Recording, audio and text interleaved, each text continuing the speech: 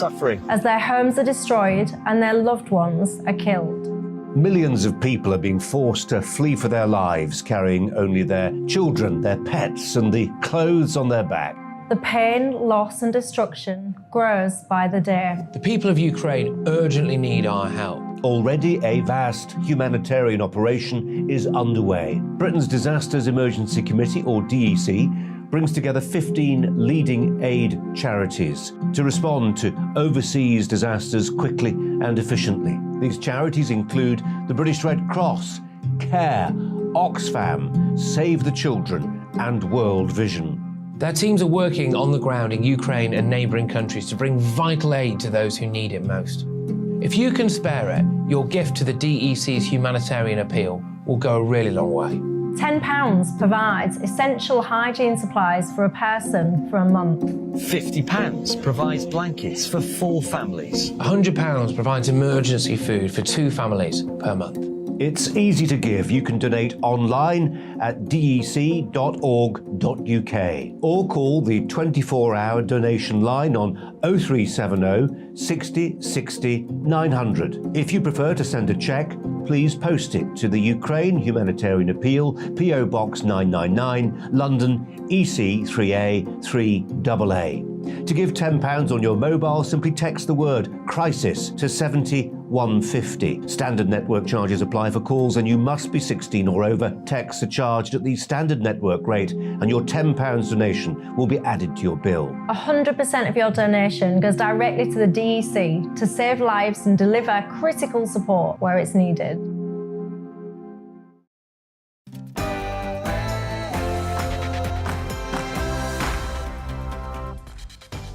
Hello and welcome. I'm Alastair Stewart, and for the next 2 hours I'll be keeping you company on TV and radio with the stories that really matter across the country and indeed across the world. We've plenty coming up. Boris Johnson made a surprise visit to Kiev yesterday, pledging to send more arms in his support for Ukraine.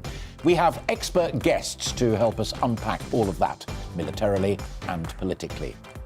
Plus, last week saw the 30th anniversary of the siege of Sarajevo. The echoes of Bosnia in Ukraine are loud and clear. From sieges to war crimes, 2 eyewitnesses join me live to share their reflections and to draw lessons. ITN's Paul Davis and Colonel Bob Stewart, MP. How much does the war in Ukraine echo what happened 30 years ago? We have the guests to discuss all of that. But first, let's bring you right up to date with all of the news. Here's Olivia Guthrie.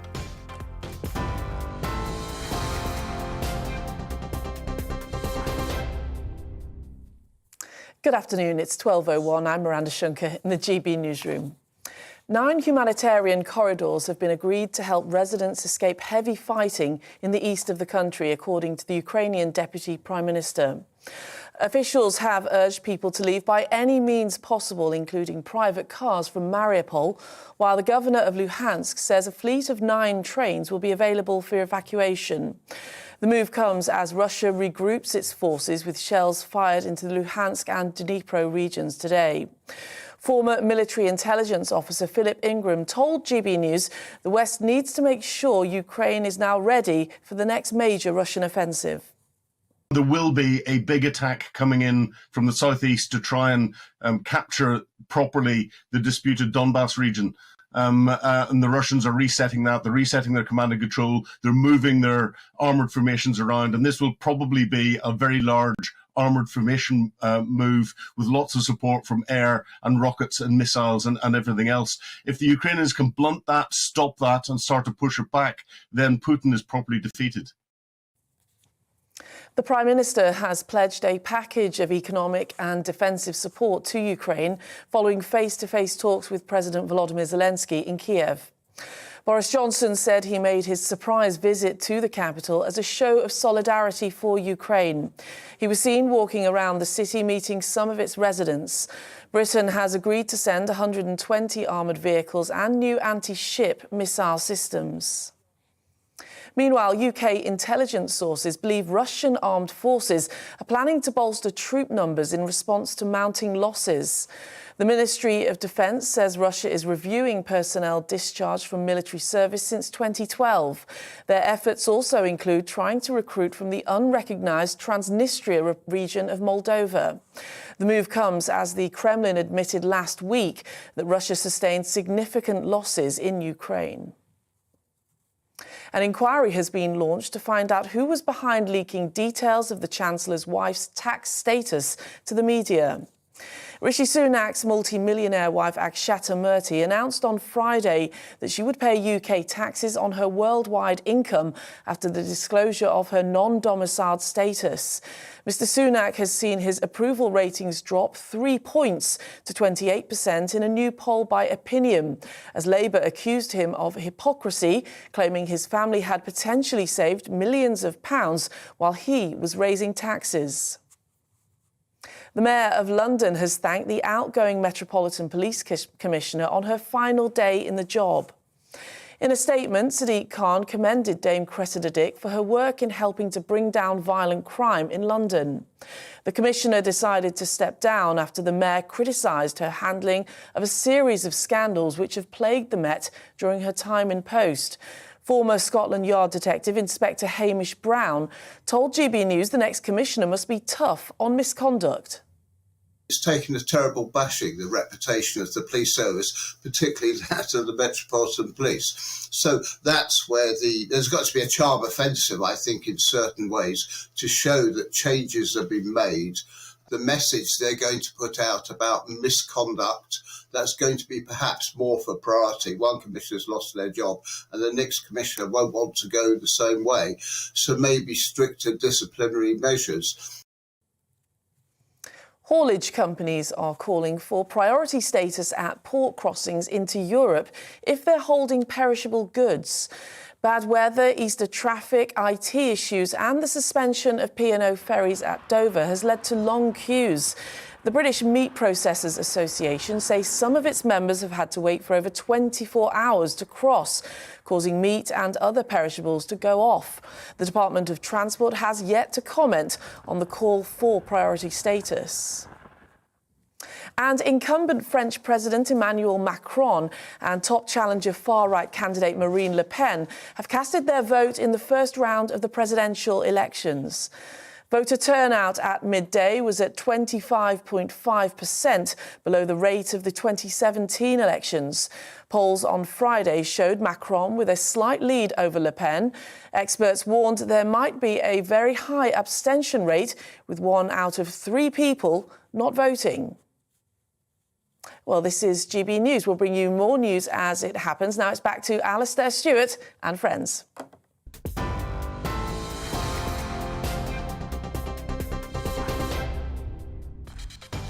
Miranda, thank you and apologies. And Olivia, if you're watching, apologies if I gave you a heart attack. It is Miranda. You relax and enjoy your cup of tea. Coming up this afternoon on Alastair Stewart and Friends, Boris Johnson's visited Kiev and pledged 120 armoured vehicles, anti-ship missile systems and more economic aid as Russia continues to regroup its forces for an expected push on Donbass in the southeast. We'll be discussing that.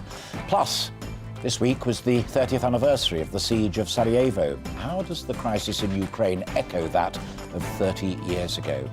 Also coming up, it's Cressida Dick's last day in office, as you heard in Miranda's news bulletin there. I'll be joined by a former top police officer to ask what has gone wrong in the Met Police's training and leadership. And as always, I genuinely want to hear from you on those subjects or any other that you think we ought to be dealing with. You just email me at gbviews@gbnews.uk. We and I are also on Twitter and Facebook. And don't forget to subscribe to our YouTube channel, where you can catch all of our programmes and pick up those that you may have missed.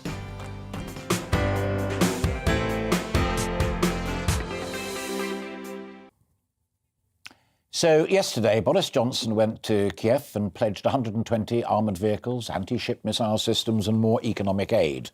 Russia continues to regroup its forces for an expected push on Donbass in the southeast of Ukraine. Allegations of war crimes mount, with attacks on civilians in the towns and villages, particularly around Kiev, as those Russian forces withdraw. The Sunday Times says that 80 suspects are already in the frame for war crimes, and The Observer says the dossier of evidence on Bucha is building. The siege of Mariupol continues. Well, 4 days ago saw the 30th anniversary of the start of another infamous siege, that of Sarajevo.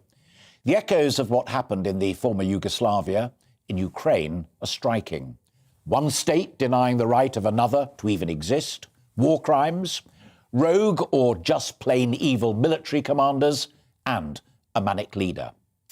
Well, two friends of mine were deeply involved in that war, and I wondered if they felt there were lessons to learn from that conflict and from what they saw in Bosnia as we examine and try and understand Ukraine. So I took a deep breath and I invited them both on, and both agreed, and they are here.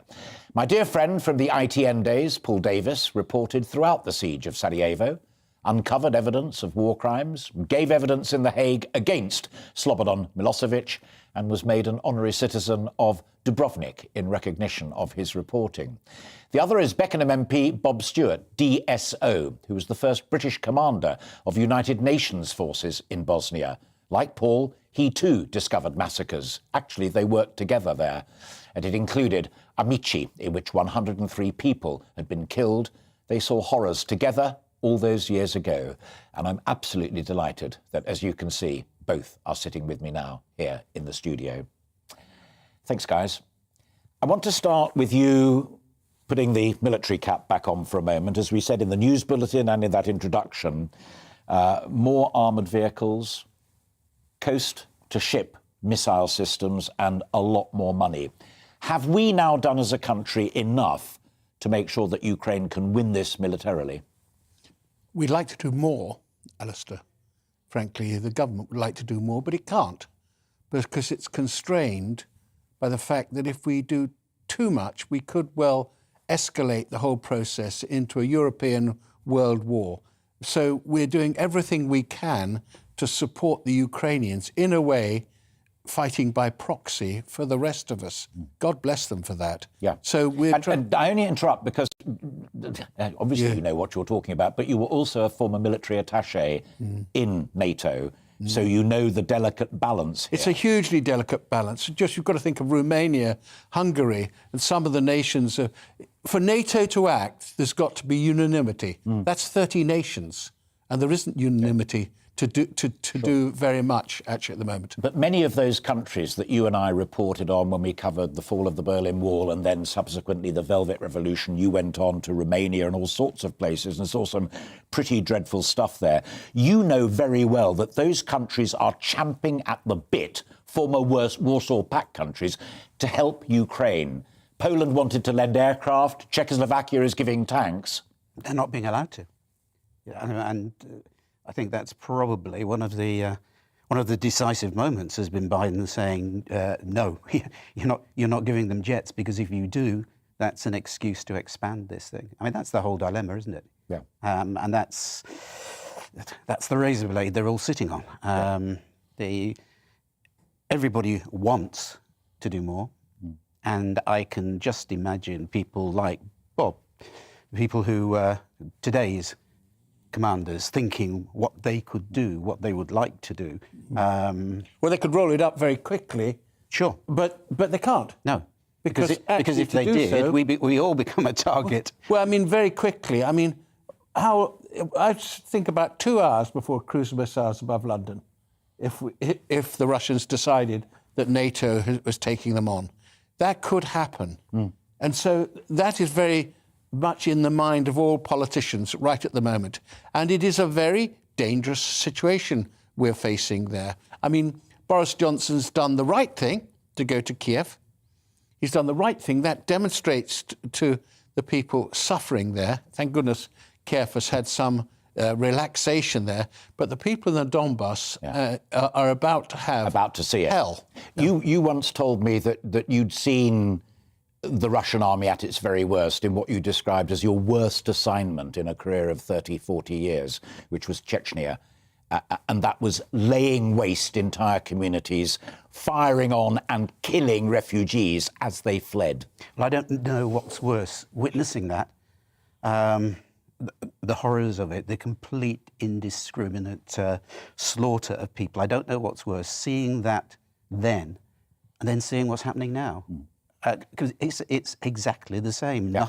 Nothing has changed. Well, I tell you, it's actually a question I had later on, but you take me to it now, and it's a question to both of you, because you both testified in war crimes trials. You were cross-examined by Milosevic, who was at that stage conducting his own evidence. Having sacked his lawyer. Here's the question. Did you both believe that once Karadzic and Milosevic were banged up, that they were convicted of those war crimes, a Nuremberg of our age and our era, that would have drawn a line under it, that no country would do such dreadful things again? Well, personally, the answer to that is in two phases. First phase, it's still there in Bosnia. The tensions are still there. If you don't believe me, watch what's going to happen in Republika Srpska in the next couple of months. And the second thing is, I never believed that it couldn't happen again somewhere else. I hoped it wouldn't, but, you know, I remember one of my bandsmen, when Paul and I were together in Armici, I remember one of the bandsmen turning to me as he was spading up the remains of a civilian onto a stretcher, and he said, "I cannot believe this, sir. I believe this would happen in 1943, but not in 1993, and yet it's happening again." Yes. And you could see at that time that there could become a situation, the world would move on, where the Karadžićes, the Mladićes, and even the president, Slobodan Milosevic, they could become inconvenient to the people who later would be running those countries, and they'd be given up. You could see that as a possibility. It happened. Can you see Putin being given up by Russia? I mean, that's the issue. So can you also, see this stopping? interestingly, people who are watching us on television will have been seeing that, but as you were both talking, we were running some pictures for my lovely friends who join us on radio of what's going on in Ukraine right now, and it's pretty brutal stuff. But I want to take you back to another assignment in terms of how these things may end. You were talking to me about your reporting of the Afghan engagement, and like the West, Russia finally withdrew, called it a day, couldn't see it through. And you said that there was a key lesson in that in terms of the governance of Russia, the old Soviet Union. Well, absolutely. And it was internal regime change. Yeah. That was Gorbachev. That was the only way. Brezhnev took them in, and 10 years, and amazing similarities. 2 million people killed, civilian areas absolutely laid to waste, sexual crimes against women, but most of all, appalling slaughter of civilians, and the outside world taking sanctions. People didn't go to some Olympic Games and things like that. And it made very little difference. It took regime change. It took Gorbachev with a different view of how the world should be, not necessarily wanting to be a pariah anymore, and that's what it took. But this is a different Russia. This is a Russia that Putin has created. Opposition has been taken away. Critical media has been taken away. It's going to be very difficult. Yeah. In your view, Bob, are these war crimes being done on the instruction of and orders of Putin, or by rogue generals, or even rogue soldiers? I think actually they're soldiers out of control, primarily. They just haven't had the training. They are conscripts and they actually don't know how to behave. Clearly, war crimes are occurring. It is genocide in many ways. Both Paul and I have seen that. It looks like genocide. I'm not sure that it goes all the way back up to the top. But Putin is in real danger. He could well be replaced. That's how the Russians do it in the end. It's possible. Let's hope so. And it was the generals who tried to get rid of Gorbachev quite early on, and then Yeltsin. But here's another option. What about what happened in 1917 to the Russian army? They mutinied. If things go really wrong, and if this new push down in the Donbass is actually repelled by the Ukrainian armed forces, and the Russian soldiers feel it's all appalling and dreadful, a mutiny, a refuse to soldier, could well be a possibility. There are be a possibility. What do you think? There's reports of that already happening. Yeah. Well, and also intriguing, page 4 of the Sunday Telegraph today, pitiless commander takes a grip of Putin's faltering campaign. This is a guy who ordered the bombing of Syria and oversaw that. He's being put in, and it says it's General, I can't say it, Dvronovich, will deploy genocidal tactics used in Syria. So Putin's sending in an even more brutal guy to run Well, this. you know what? Let's just hope some of these Russian soldiers have humanity, because they are normal people, and actually they don't carry it out. Look, we've seen reports of Russian soldiers running down their commanders, that sort of thing. How many generals have been killed in this conflict so far? Yeah. I mean, what does that mean? It means they're having to go up front to try and steady the soldiers in the front line. But getting back to Alistair's question, does Putin know? Is it rogues? If you have terrorising the civilian population as a strategy, and you've seen it in Afghanistan, you've seen it in Chechnya, you've seen it by proxy in Syria, that's something that Putin is aware of and can surely control. If he wants to stop it, he could stop it. Yeah. But it's just about the most effective weapon he's got, foul as it is. We began talking about Bosnia and particularly Sarajevo and your joint connection there. As you said, unfinished business. You were telling me out in the coffee area you're going back for a very particular and rather personal reason. To put up a plaque to Dobrila Kalaba, who is my interpreter at the massacre of Armici, who was, because people like Paul had shown her photograph, her thing, translating for me. She was shot 2 months later, and therefore she's a Bosnian Serb. She was a Bosnian Serb, aged 29, and we've managed, or I have asked, and it has been agreed, that a plaque be put on the Armici, near the Armici memorial to the 116, not 103, 116 were killed in Armici.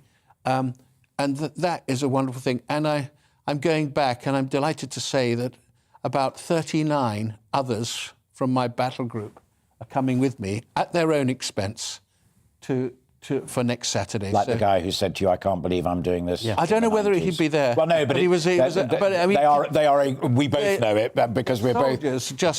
They are a remarkable breed of men and women. It hasn't left them. Yeah. Some of the men in my battle group are still haunted by what they saw. I have to tell you, Alistair, that Bob and I, we didn't know what we were walking into in Armici that day.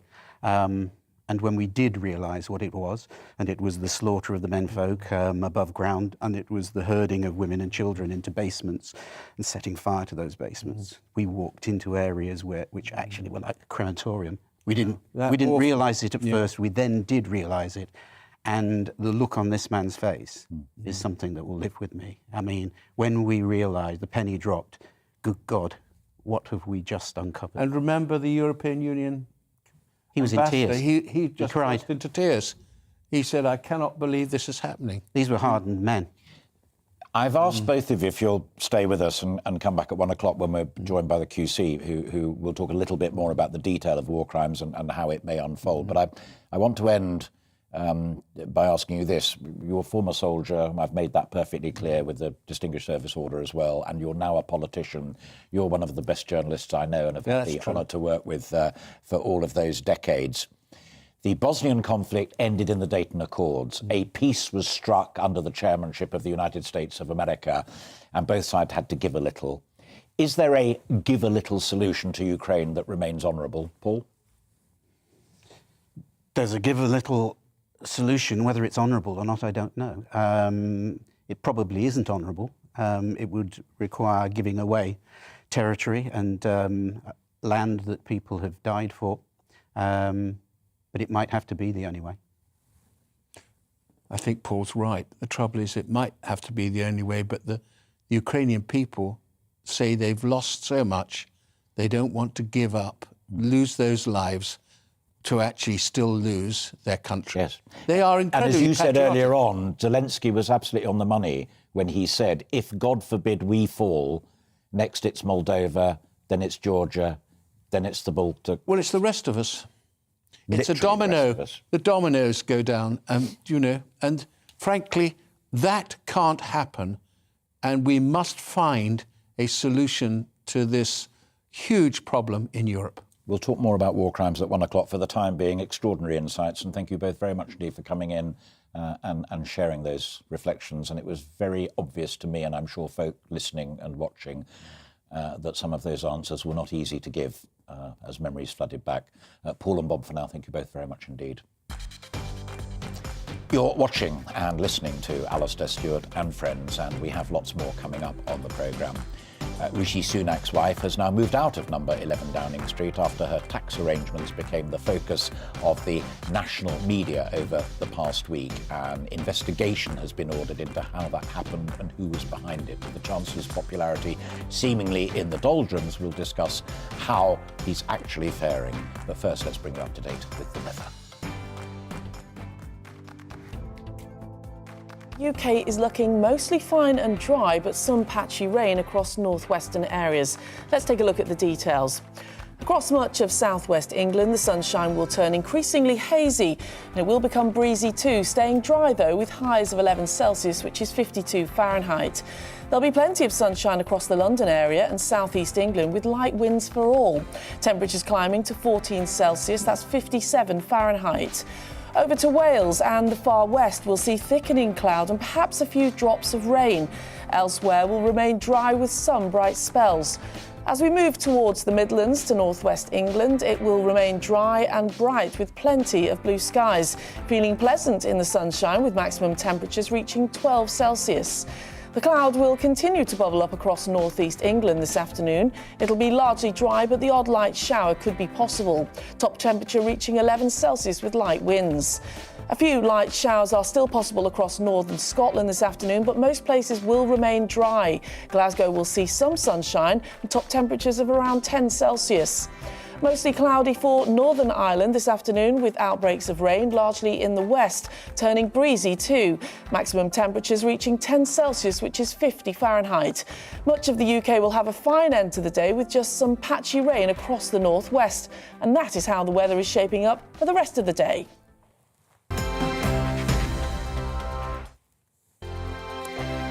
Europe is in the grip of the most devastating humanitarian crisis since World War II. The people of Ukraine are facing unimaginable suffering. As their homes are destroyed and their loved ones are killed. Millions of people are being forced to flee for their lives, carrying only their children, their pets, and the clothes on their back.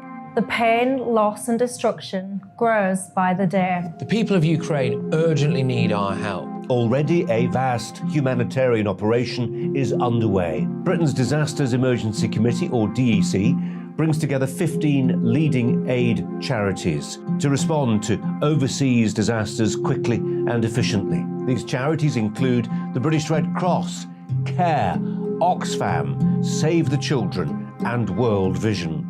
Their teams are working on the ground in Ukraine and neighbouring countries to bring vital aid to those who need it most. If you can spare it, your gift to the DEC's humanitarian appeal will go a really long way.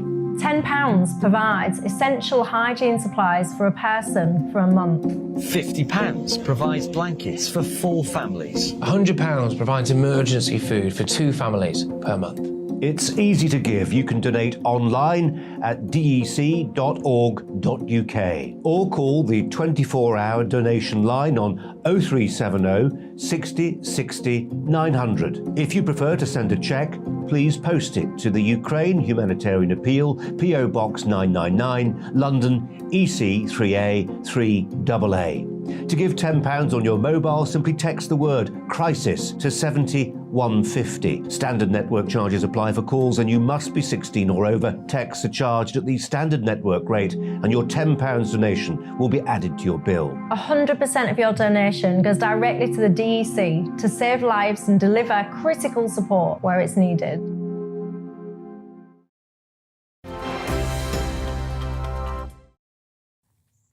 Welcome back. It's 23 minutes to 1 and you're watching Alastair Stewart and Friends here on GB News TV and radio. I asked you for emails about our main topic of conversation, which was Ukraine and the lessons that we may learn from Bosnia about it. Just had the most extraordinary conversation with my two top guests, Paul Davis and Bob Stewart. Slava has sent an email in saying, having served in Bosnia, we need to look at that and show how we can help Ukraine recover. Russia will change and their income must be reduced. I think a reference there to oil and liquid petroleum, obviously. They will go backwards and their military has been shown to be poor. Wanda comes in and says, it's so sad that this comparison is being made, but sadly it is a fair one. It's bullying by one country against another, and it makes my blood boil every time I hear news reports about it. And finally, Tom, another look at the military situation. Tom says, the Russian military is just a classic tin pot army. It might be big and it looks great on parade, but it can't get the job done. Boris is right that Putin must fail, and I think that Putin will fail. So thank you for that, and for the others that we don't have time to share. Remember, genuinely want to hear what you think. You can either do it as they did via email, which is gbviews@gbnews, or you can go on to Twitter, Facebook, any of our social media outlets, and just send those thoughts in, and we'll go through them and we'll pick out some more before we go off air at 2 o'clock. Now, removal vans arrived at number 11 Downing Street yesterday as Rishi Sunak's wife moved out of the flat to return to the family home in West London. It has been a tough period for the Chancellor and his family. Rishi Sunak has seen his own popularity plunge after the spring statement and his wife's taxes appearing front and centre of this week's front pages. There's an investigation going on in Whitehall as to how that happened, and Boris Johnson made it clear last night, and it's reported in the papers, not me, Gov, he said, not number 10, and stands foursquare behind Rishi Sunak. But we just wondered the degree to which the damage has been done and is now irreparable. So joining me to discuss the state of Rishi is Paul Baines, who is a professor of political marketing at the University of Leicester. Particularly wanted to ask you to join us because of that, as it were, nuance about political marketing. I mean, 6 months ago, Rishi's shares were only going in one direction. He was ahead of the game. He was the most likely to succeed Boris Johnson should Boris Johnson fall. You can barely get a backer on him now. Well, that's right. I mean, up until a week or so ago, he was still widely expected to be the next prime minister, and now there's a question over his political future. And his net approval ratings minus 15%. So his stock really has dropped. The brutality is even sharper if, as I know, many of the people who are kind enough to watch and listen to us on TV and radio scan through all of the papers, and they are lock, stock, almost to one word, and that is he rose above his political nous. He may be a brilliant economist, he may have made a fortune when he was with Goldman Sachs, but in reading the political move and judging the party, particularly on raising taxes, he just proved himself to be naive. I think there's a couple of things here. One is that he's starting to fail the common man test. So does he look like the rest of us? And with a wife worth more than the Queen, that's difficult to do anyway. But people were quite happy to suspend that particular test as long as he was doing a great job for the people. And I think at the start of the pandemic, there was this feeling that, with his eat out to help out and all the rest of it, that he was actually doing a good job of keeping the economy on track. So it's this in the current times, it's this question of does he look like he's done his job, But he's now got more to do, and the cost of living crisis is really starting to bite, and people are starting to think that because the cost of living crisis is biting, that is he the man to solve the cost of living crisis, given that he's so wealthy? That's the problem. Yeah. OK, the reverse side of that coin, as I said, almost a throwaway line, but I mean, it's only 6 months, 9 months since the letters were piling into the chair of the 1922 committee saying, vote of confidence, Johnson's on the way out. Most of the media were saying it's imminent, he's going to fall. Clearly, top of the news agenda today is that extraordinary visit that he made to go and see Zelensky in Kyiv. Do you think that in terms of marketing, the Prime Minister is now secure, or is Partygate still hovering somewhere in the background? I think, well, it does depend on how long the Ukraine crisis lasts and whether it magnifies in tempo as far as its implications for the British people. But certainly it's been the case that the nation has provided considerable support to Ukraine. I think that's what most people would have wanted Johnson to do, and that's what he's done. His secret visit yesterday unveiled will no doubt help his cause and increase his popularity. So I think his stock is probably rising to some extent. Will it rise sufficiently to have a decent standing at the local election polls? I think, a month's still a long time. A lot could happen in that period of time. I don't think the government will do anywhere near as well as they would like. I think they will lose seats, but that's fairly normal for an incumbent party. Will it be disastrous? Well, I don't think Labour's standing at the moment. The opposition is particularly good either. Keir Starmer's also pretty low in popularity terms. So as far as the voters are concerned, it's the best of a bad bunch. Paul, grateful for that. To be continued after the 5th of May and really look forward to it. Thank you very much indeed. That's Paul Baines, Professor of Political Marketing at the great University of Leicester. You are watching and listening to Alastair Stewart and Friends, and we've plenty more still to come this afternoon with you right up until 2 o'clock, including it's Cressida Dick's last day in office at the Metropolitan Police Force today after 5 years. What will the Met look like now that the Commissioner has retired, and what's the agenda for what needs to be improved? We'll be talking about that, but first let's bring you right up to date with all of the news. Here's Miranda Shook.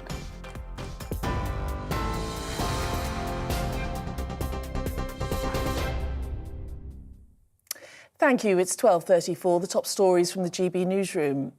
9 humanitarian corridors have been agreed to help residents escape heavy fighting in the east of the country. That's according to the Ukrainian Deputy Prime Minister.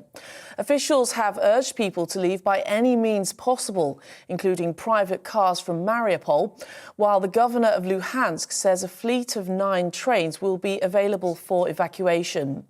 The move comes as Russia regroups its forces with shells fired into the Luhansk and Dnipro regions today. The Prime Minister has pledged a package of economic and defensive support to Ukraine following face-to-face talks with President Volodymyr Zelensky in Kiev. Boris Johnson said he made his surprise visit to the capital as a show of solidarity for Ukraine. He was seen walking around the city meeting some of its residents. Britain has agreed to send 120 armoured vehicles and new anti-ship missile systems. An inquiry has been launched to find out who was behind leaking details of the Chancellor's wife's tax status to the media. Rishi Sunak's multi-millionaire wife, Akshata Murthy, announced on Friday that she would pay UK taxes on her worldwide income following disclosure of her non-domiciled status. Mr Sunak has seen his approval ratings drop 3 points to 28% in a new poll by Opinion. The Mayor of London has thanked the outgoing Metropolitan Police Commissioner on her final day in the job. In a statement, Sadiq Khan commended Dame Cressida Dick for her work in helping to bring down violent crime in London. The Commissioner stepped down after the Mayor criticised her handling of multiple scandals during her time in post. And haulage companies are calling for priority status at port crossings into Europe if they're holding perishable goods. The British Meat Processors Association say long queues have caused some of its members to wait for over 24 hours to cross, causing meat and other products with a shelf life to go off. The Department of Transport has yet to comment on the proposal.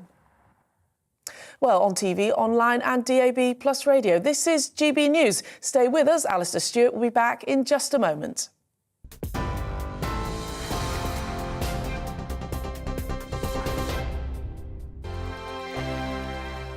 Europe is in the grip of the most devastating humanitarian crisis since World War II. The people of Ukraine are facing unimaginable suffering as their homes are destroyed and their loved ones are killed.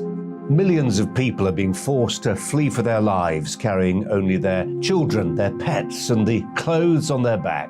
The pain, loss and destruction grows by the day. The people of Ukraine urgently need our help. Already a vast humanitarian operation is underway. Britain's Disasters Emergency Committee, or DEC, brings together 15 leading aid charities to respond to overseas disasters quickly and efficiently. These charities include the British Red Cross, CARE, Oxfam, Save the Children and World Vision.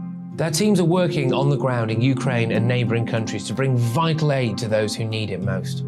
If you can spare it, your gift to the DEC's humanitarian appeal will go a really long way.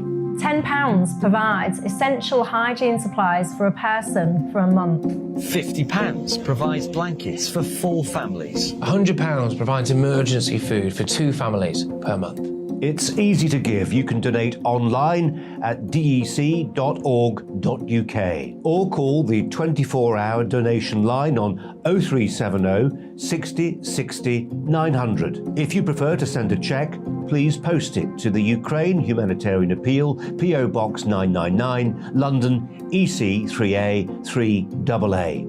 To give £10 on your mobile, simply text the word crisis to 70150. Standard network charges apply for calls and you must be 16 or over. Texts are charged at the standard network rate and your £10 donation will be added to your bill. 100% of your donation goes directly to the DEC to save lives and deliver critical support where it's needed.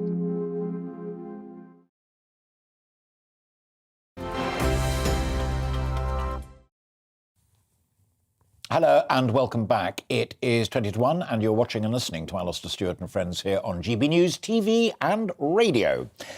The Mayor of London, Sadiq Khan, has thanked the outgoing Metropolitan Police Commissioner on her final day in the job. Dame Cressida Dick quit after Sadiq Khan criticised her handling of racist, misogynist and homophobic messages and basically said, I have just lost confidence in her. Those were messages that were shared by a group of officers based at Charing Cross Police Station. A series of other scandals also plagued the Met during Cressida's time in post. Our Home and Security editor, Mark White, looks back over her career. As Scotland Yard's first female commissioner, Cressida Dick was always assured of her place in history.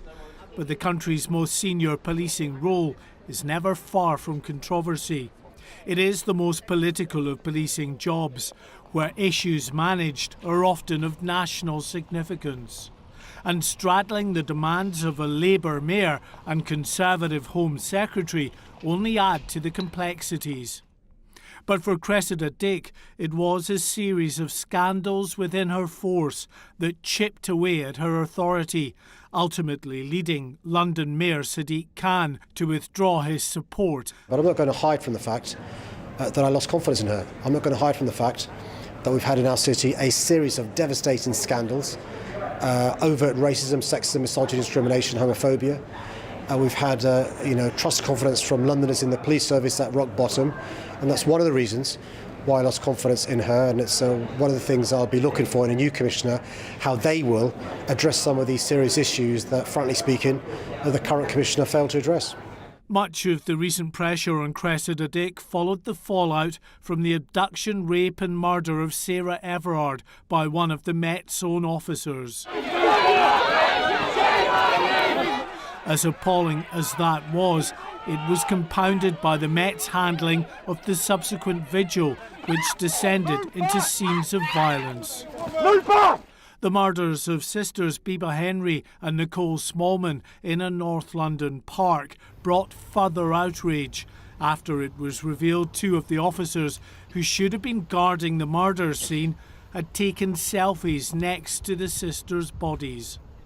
The final straw came after the police watchdog published messages sent by officers based at a central London police station that used sexist, racist and homophobic language. With Sadiq Khan's refusal to back her, the Commissioner, who'd managed to ride out previous controversies, had no choice but to resign. He has left me no choice but to step aside. I say this with deep sadness and regret. Undertaking this role, a Crown appointment, as a servant of the people of London and the United Kingdom, has been the greatest honour and privilege of my life.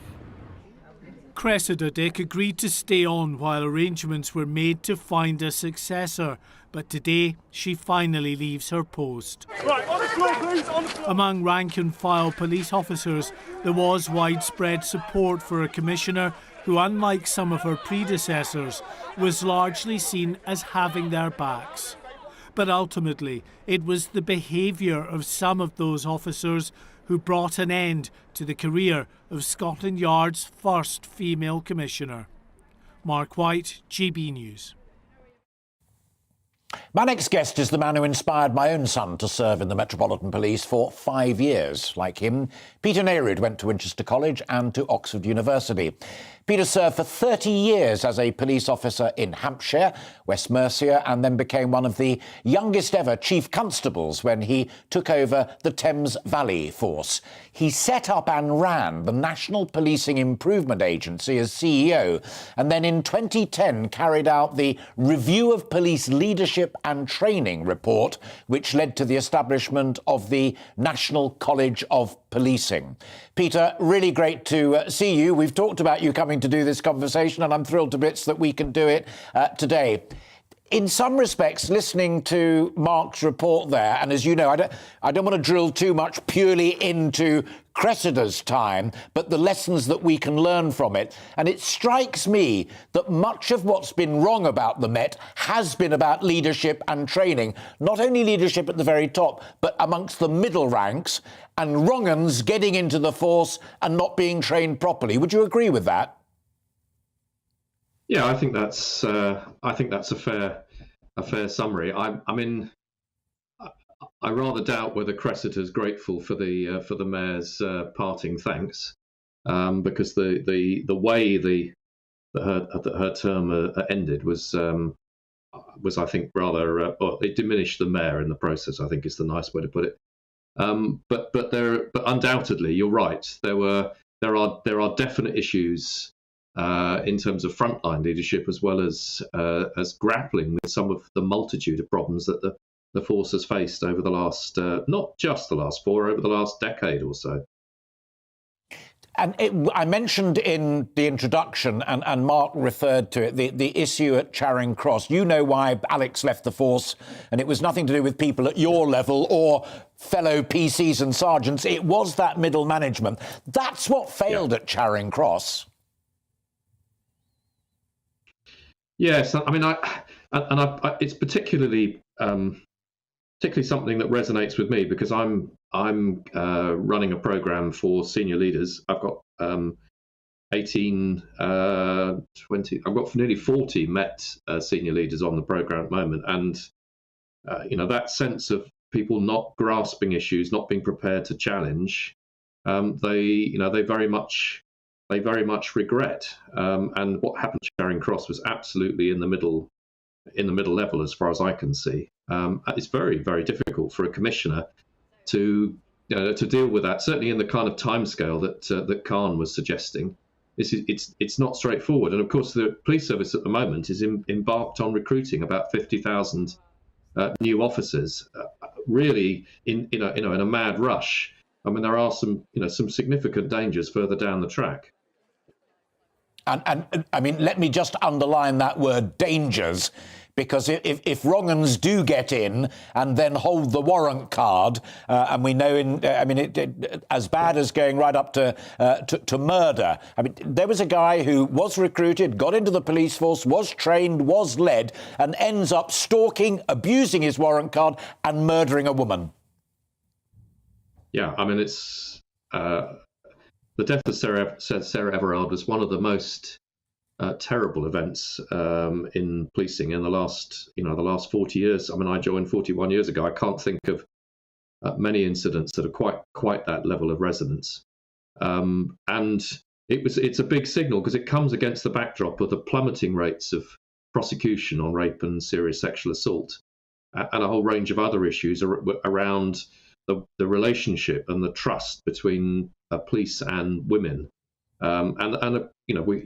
You've got the challenges of tackling domestic homicide and domestic violence. You've got the challenges of improving performance on rape and serious sexual assault, and then inside you've got the various issues emerging in terms of behaviour towards women.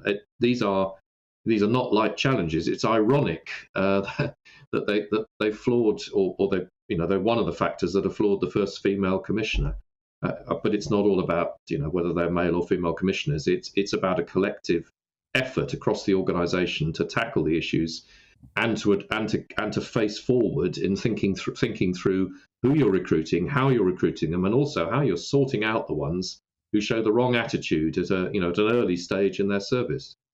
Let me ask you it is an overtly political question, but do you think that aspiration to leadership and indeed quality of leadership, and I've got a specific question for you about the Cambridge group at the end of our time, but the introduction of powerful mayors like Sadiq Khan and police and crime commissioners diminishes the capacity of a chief constable to lead his or her force?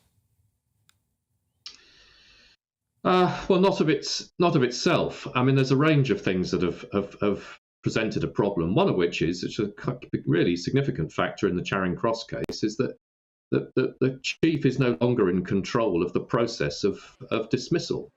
I know it's fine having an independent element, although I have to say the IOPC didn't exactly cover themselves with glory in the length of time they took to investigate the incidents, nearly 4 years. But also the one of the things that Cressida was criticised for was the not dismissing the officers involved. Well, it wasn't her decision. The independent process, and I've spoken to any number of my colleagues who are currently serving, and they're furious with the fact that they find themselves having to retain officers because the independent process have somehow deemed them still to be suitable to be in service. I would definitely have dismissed them. Yes. Well, I'm glad. I wish you were there to do it then, which takes me perfectly to the final question, and that is when you talked about training a group or working with a group of 30, 40 up-and-coming men and women who are the future top leaders of the police force at Cambridge University. Do you end your day feeling optimistic about the future, thinking in their hands we are going to crack this, or it is going to remain a work in progress for a decade?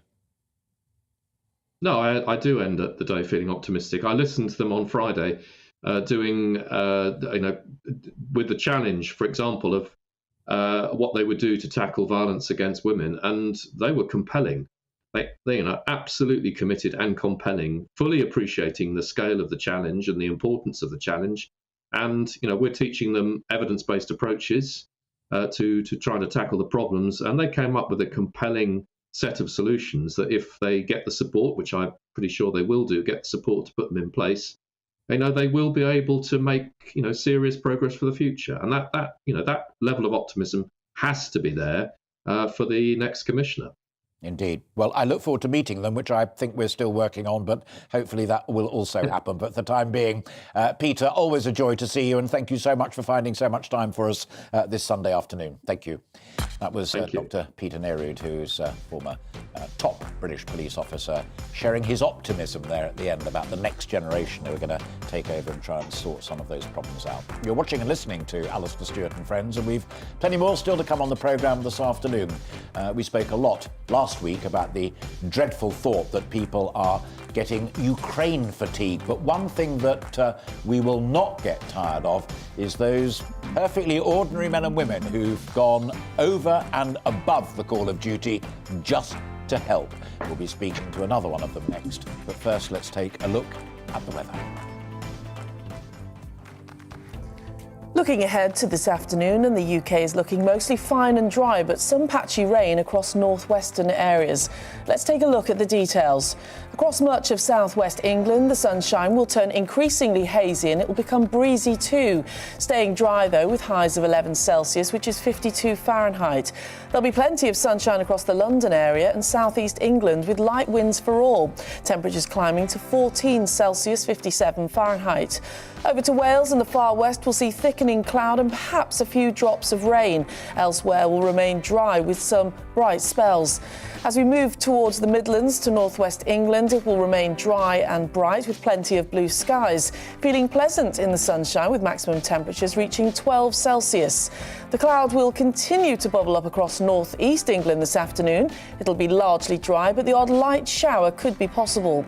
Top temperature reaching 11 Celsius with light winds. A few light showers are still possible across northern Scotland this afternoon, but most places will remain dry. Glasgow will see some sunshine and top temperatures of around 10 Celsius. Mostly cloudy skies for Northern Ireland this afternoon, with outbreaks of rain largely in the west, turning breezy too.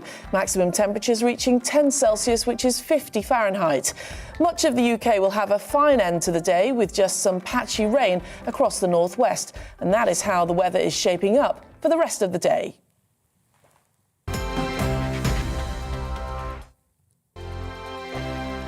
Europe is in the grip of the most devastating humanitarian crisis since World War II. The people of Ukraine are facing unimaginable suffering as their homes are destroyed and their loved ones are killed. Millions of people are being forced to flee for their lives, carrying only their children, their pets, and the clothes on their back. The pain, loss and destruction grows by the day. The people of Ukraine urgently need our help. Already a vast humanitarian operation is underway. Britain's Disasters Emergency Committee, or DEC, brings together 15 leading aid charities to respond to overseas disasters quickly and efficiently. These charities include the British Red Cross, CARE, Oxfam, Save the Children, and World Vision. Their teams are working on the ground in Ukraine and neighbouring countries to bring vital aid to those who need it most. If you can spare it, your gift to the DEC's humanitarian appeal will go a really long way. £10 provides essential hygiene supplies for a person for a month. £50 provides blankets for 4 families. £100 provides emergency food for 2 families per month. It's easy to give. You can donate online at dec.org.uk or call the 24-hour donation line on 0370 60 60 900. If you prefer to send a cheque, please post it to the Ukraine Humanitarian Appeal, PO Box 999, London, EC 3A 3AA. To give £10 on your mobile, simply text the word crisis to 70150. Standard network charges apply for calls, and you must be 16 or over. Texts are charged at the standard network rate, and your £10 donation will be added to your bill. 100% of your donation goes directly to the DEC to save lives and deliver critical support where it's needed.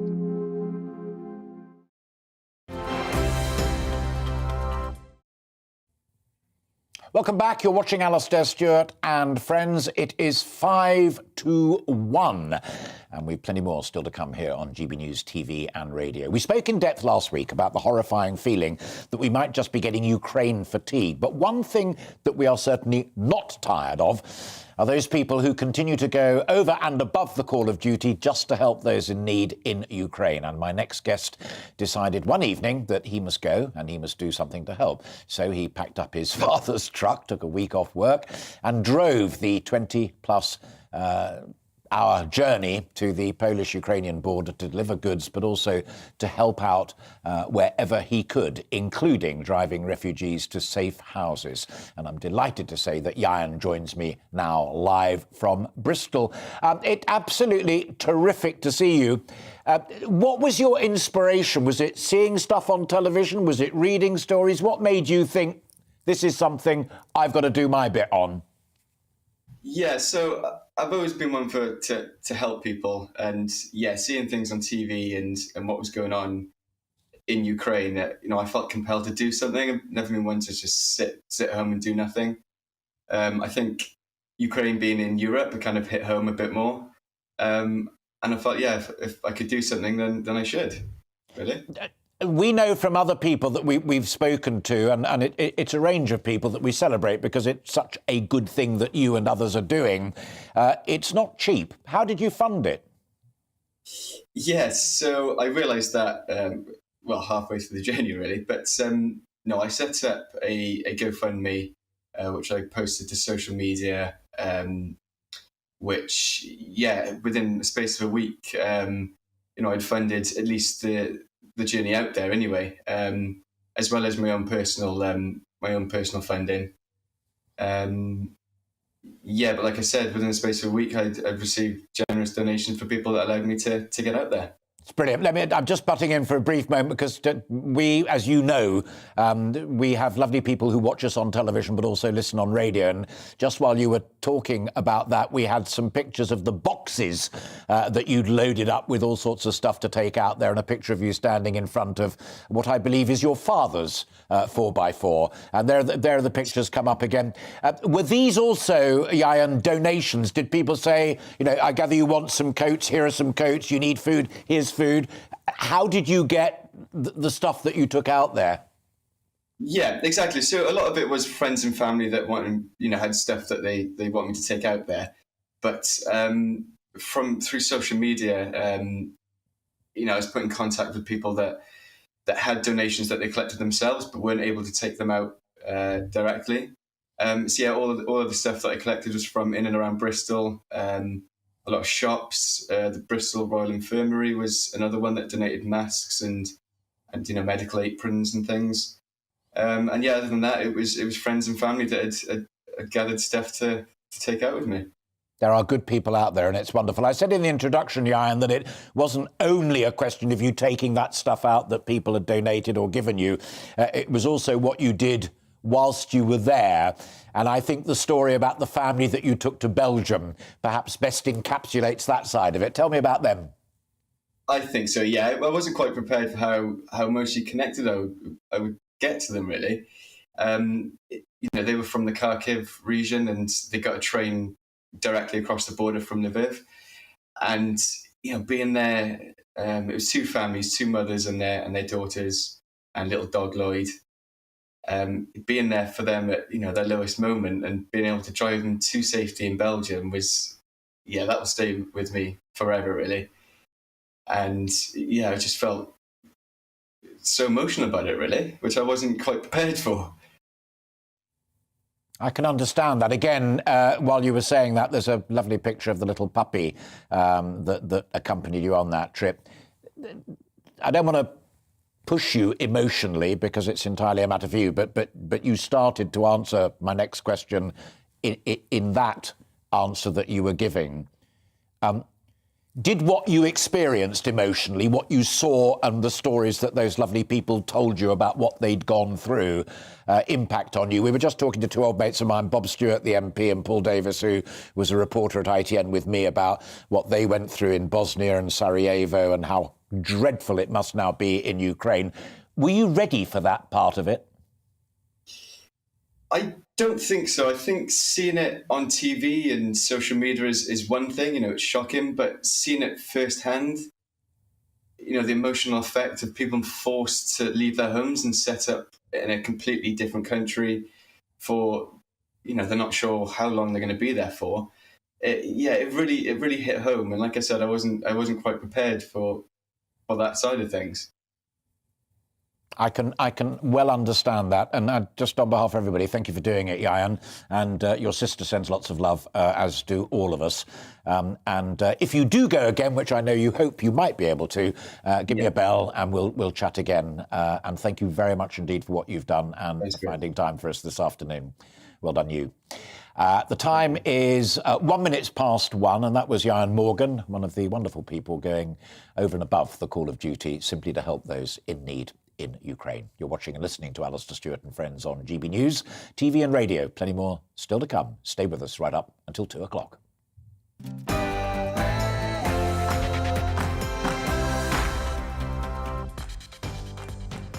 Hello and welcome if you've just joined us. The time is just coming up to 2 minutes past 1. Hello and welcome back if you've been with us since 12 o'clock, and thank you very much indeed for so doing. I am Alastair Stewart and we are into the final hour of our programme today. I'll be keeping you company on TV and radio with plenty more still to come, including more on our top discussion. Boris Johnson pledging more armour in his support for Ukraine yesterday on his visit to Kiev, but also what does it mean for the people there, and how far could the war crimes demands be progressed and how might that work out? Plus, 4 days ago saw the 30th anniversary of the start of another infamous siege, that of Sarajevo. We'll be looking at the echoes of that in Ukraine. But first, to bring you right up to date with all of today's news, here's Miranda.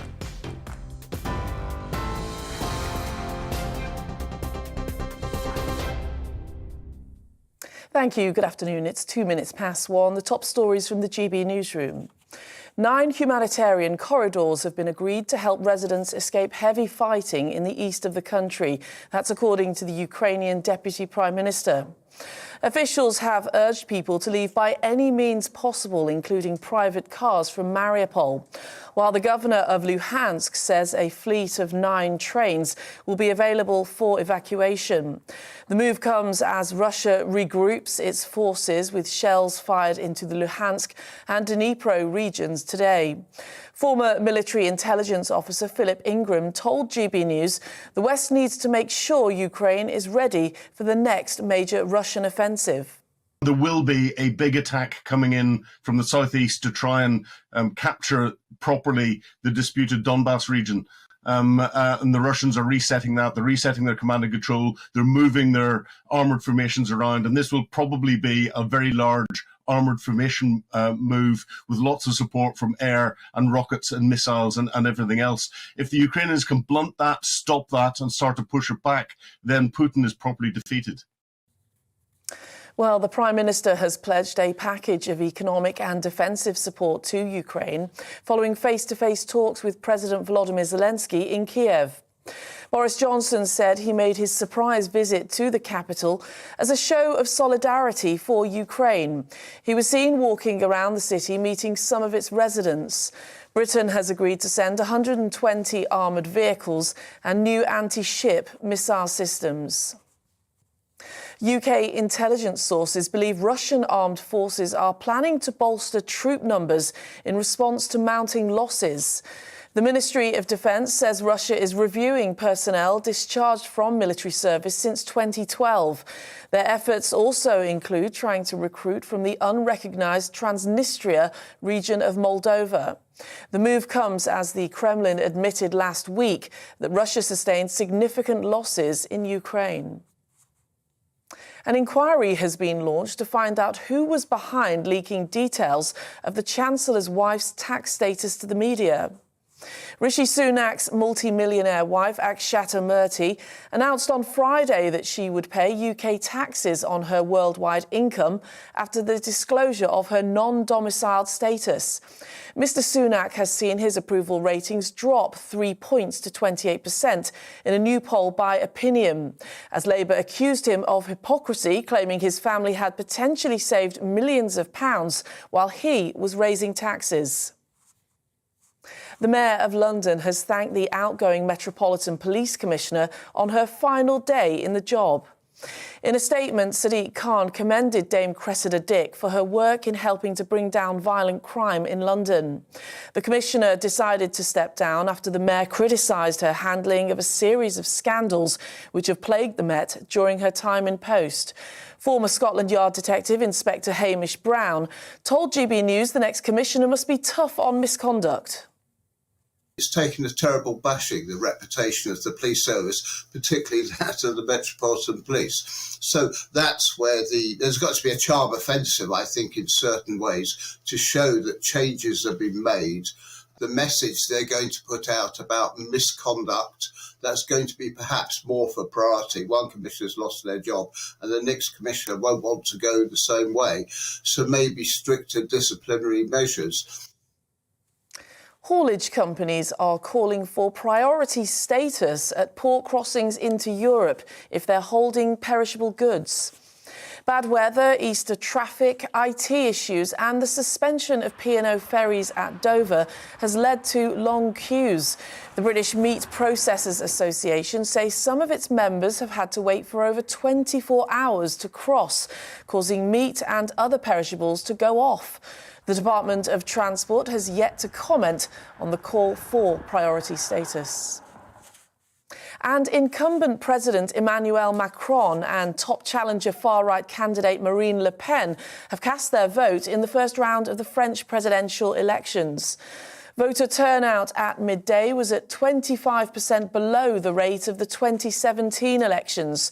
Polls on Friday showed Macron with a slight lead over Le Pen. Experts predict a very high abstention rate, with 1 out of 3 people not voting. Well, you're up to date. This is GB News. We'll bring you more news as it happens. Now let's get back to Alastair Stewart and friends.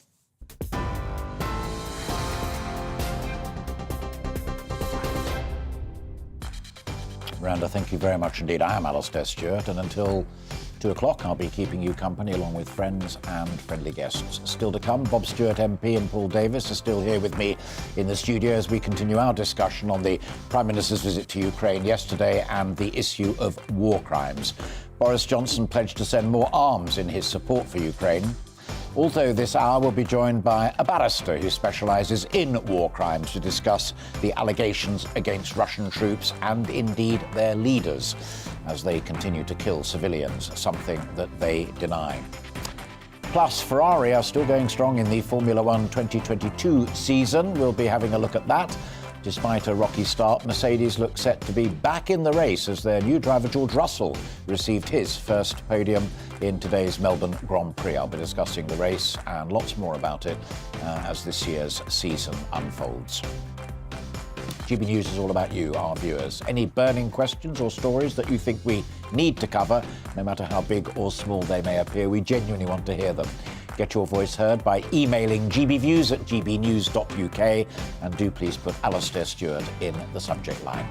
We're also on YouTube. Subscribe there to see previous programmes and keep up to date with everything that's happening here at GB News TV and radio.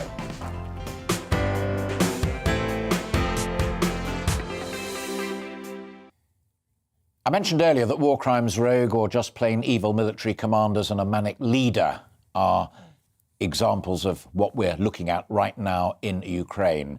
Well, today in the Times newspaper, it's reported that Ukrainian researchers have claimed that they've been able to identify dozens of Russian soldiers individually that they believe were involved in the killings of innocent civilians in Bucha and in other surrounding towns.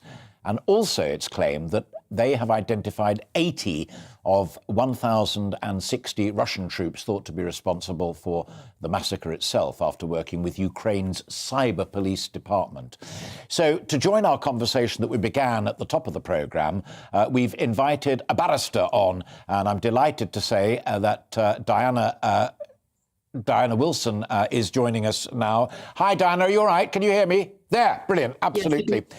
In your view and your experience, is what we are now seeing in Ukraine and these emerging dossiers similar to the kind of stuff that Bob Stewart and Paul Davis unearthed and reported upon in Bosnia?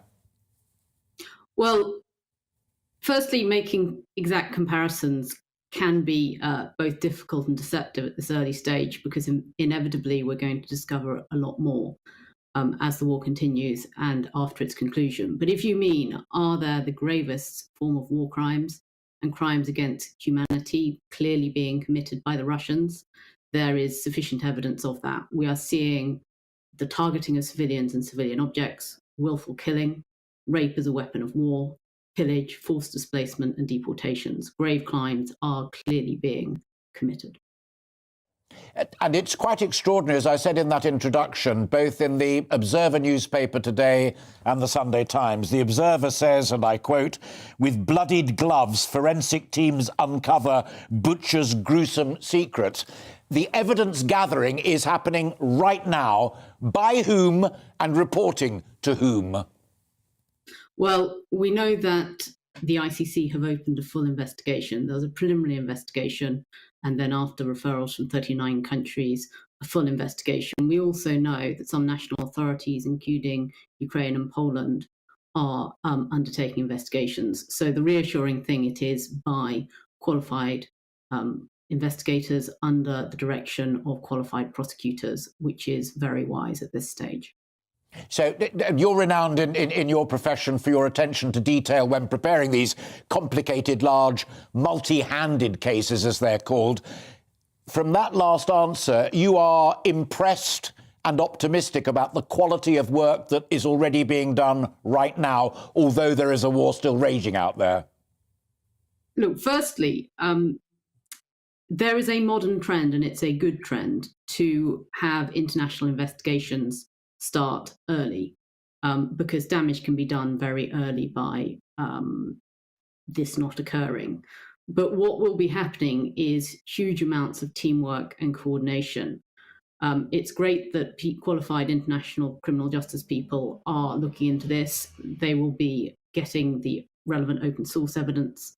They will be getting the relevant material evidence, which is important sometimes to show it hasn't been tampered with. They will be getting the satellite images. They will be working out chain of command. They will be working out troop movements. They will be working out effective command and control and getting witness details at an early stage. I'm not there on the ground, but Karim Khan and his team are very qualified. I have no doubt he would be liaising with any national authorities. And as far as I know, this is being coordinated properly at an early stage. I'm going to bring Bob and Paul into the conversation, Diana, but you should be able to hear them and stay with us and do chip in as and when you want. I've got one or two other questions for you later on. In a sense, what strikes me most about that, and it's a difficult word to use in the context of this conversation, but that is a very optimistic view of the quality and drive of the investigation. We talked in the first part of our conversation about hoping to God it would never happen again. It has happened again. Diana seems to think they really are on top of it this time. Well, I'm sure they're on top of the investigation, and a lot of what Diana was telling us we saw out there. A lot of the mass graves. Was there a resistance then? There was resistance. There was a lot of local resistance to the investigation, absolutely, and a lot of interference. But it still went ahead, and a lot of it was guided by satellite images and the rest of it. That's how they found all the mass graves around Srebrenica in the early days. So all of that happened and is the same. The one thing that I would question is, when you use the word optimism, is that in the days that we're talking about and that Bob and I experienced, the people who they were looking for, because they identified them like they're identifying them now, the long list you were talking about, these people were Croats, they were Serbs, there were Bosnians as well, and they stood a chance of getting them. The list of people that Diana was talking about there, these are Russians. Yeah. Are they going to be given up? I mean, we talked about would they ever give up their leader, and I certainly would doubt that. But would they even give up the people who perpetrated these things? Diana, let me bring you back in on that specific point, because we talked about what we've in Bucha up in the north and, as it were, the suburbs of Kyiv, where there is less Russian influence, but when the military campaign moves much more to Donbass and the southeast, which everybody is now anticipating, exactly that problem that Paul Davis is describing there, i.e. a nascent loyalty to Russia rather than Ukraine, could become a problem. How do investigators overcome that? Well, firstly, let's deal with the issue as to whether you'll ever get your hands on the perpetrators, which was raised. What I would say about that is it depends who, at what level. The difficulty with Putin in particular is his level of health. If you look at the Khmer Rouge trials, they were happening 45 years after the events. International prosecutors will never give up, and time does change. If you're looking at the most responsible, the generals, it may well be that at some point Russian history changes and they do put those people on trial. But when you're dealing with the lower level perpetrators, it's much more realistic to believe that they will be tried at some point, either by the ICC, an ad hoc tribunal, or under universal jurisdiction. But your question about physically moving and getting the evidence, well, let's remember that people are streaming out of these areas, and those people can give evidence in relation to who the troops are and who's doing the killing. Quite often, in order to show ordering or command responsibility, you don't need to know the name of the specific perpetrator. You need to know which unit was there. Is it part of a pattern? Are there links? And quite frankly, given the similarity of the crimes, not only across Ukraine, but also to what has previously happened in Chechnya, the crimes were very predictable. They have the appearance of an organised campaign and ordering, which can be inferred, and failing that, command responsibility would come in, and there has been an absolute failure to prevent or punish, which will result in liability at the highest level. Is that precisely what put you in the witness box? Yes. The other thing is... Bob Stewart, Diana speaking. Yeah, the other thing is, of course, you'll never get everyone. And actually, in Bosnia, we only got the top people, really. The people that actually did the killing walked scot-free. Very difficult to get them. Although I understand, I was speaking to a Ukrainian woman on Friday who tells me that they are working the social media network hugely. They're identifying Russian soldiers that actually carried out these crimes. They are actually identifying them properly, and then they're putting their names and addresses, and they've tracked down their addresses onto the social media in Russia. This is where this man lives. I can tell you what, that actually might have some impact. I don't know, but I entirely agree with Diana. It's going to be... And the other thing I would like to point out, that in the past, I don't know whether it's the case now, but the first responsibility for trying war criminals lies with the country. That's Russia.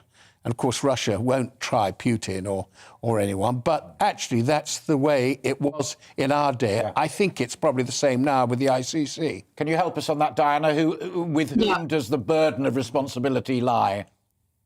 Okay, so yes, it will rely with Russia, but if the ICC takes the view that they're either unable or unwilling to prosecute, then the ICC will obtain jurisdiction. That's complementarity, and the reason they have jurisdiction in Ukraine is, despite neither Ukraine or Russia being state parties, Ukraine has made 2 declarations. In terms of prosecution, the one thing I would disagree with is Russia won't prosecute now. And this evidence will persist, and it may be that there comes a time in their history where that changes, as it did in... Yeah.